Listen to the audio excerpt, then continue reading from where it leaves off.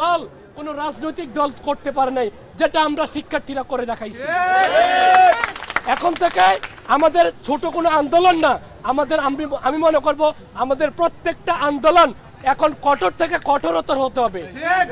প্রশাসন মনে করছে এই আর্মি নামায়া বিজিবি নামায়া তারা হয়তোবা আমাদেরকে স্তব্ধ করবে। আমরা সবাই জানি 52 ভাষা আন্দোলন, 47, 71, সর্বশেষ আমাদের 2024-এর কোটা আন্দোলন। এই কোটা আন্দোলন যদি কোটা আন্দোলনের মধ্যেই রাখতে চান তাহলে আমরা আরেকটা দাসত্বে আমরা রূপান্তরিত হব। সো আমরা কোটা আন্দোলন না রেখে আমরা অবিলম্বে আমাদের যে শিক্ষকদের গায়ে হাত তোলা হয়েছে, আমাদের যে শিক্ষকদেরকে বন্দী করে রাখা হয়েছে, রিমান্ডের নামে যাদেরকে ফুটবল বানিয়ে তাদেরকে অত্যাচার করা হইতেছে, এই জাতি কি শিখবে?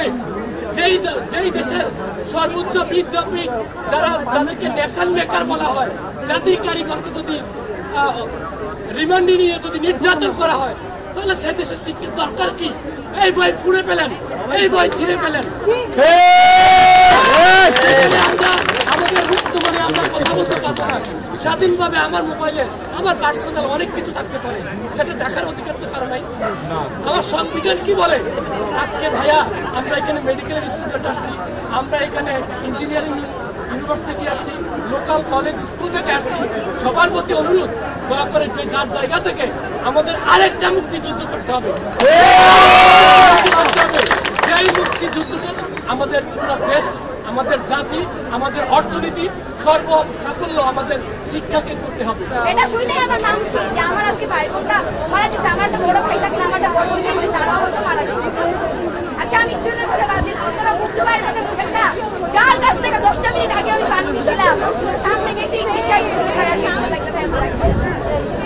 এটা ভাবেন না, ভাইয়া মাসে 5-6 লাখ টাকা ওনার তো কোনো লাভ ছিল না। এই আন্দোলনে আইসা উনি যে সরকারি জব করে কোনো লাভ ছিল না। ওনারা খালি আমাদের পানি দেওয়ার জন্য আসলে এই সাজানো দুয়ার ভিতরেও সবাই এখন উজালা করতেছে। সেইখানে বলতেছে কার পানি লাগবে, কার পানি লাগবে। মানুষের কিভাবে ভাইরাস আপনাদের কি এগুলো চোখে পড়ে না? আপনারা কিভাবে পয়সা আছেন? এই যে এইসব ছবি তুলা, এইসব লাইভ করা, এগুলা কি কোনো সরকার? আমাদের এত বড় আন্দোলন করেও যখন কিছু হলো না, এইসব ছবি দিয়েই হবে? আজকে আমি আসিফ নজরুল স্যারের সাথে কথা বললাম, উনি আমাকে জিজ্ঞেস করলাম, স্যার আমাদের আসিফ রহমান স্যারের উনি বলতেছে যে আমি হচ্ছে ওনার খবর নেওয়ার চেষ্টা করছিলাম, জমিবার ধরে স্থির করে দিন।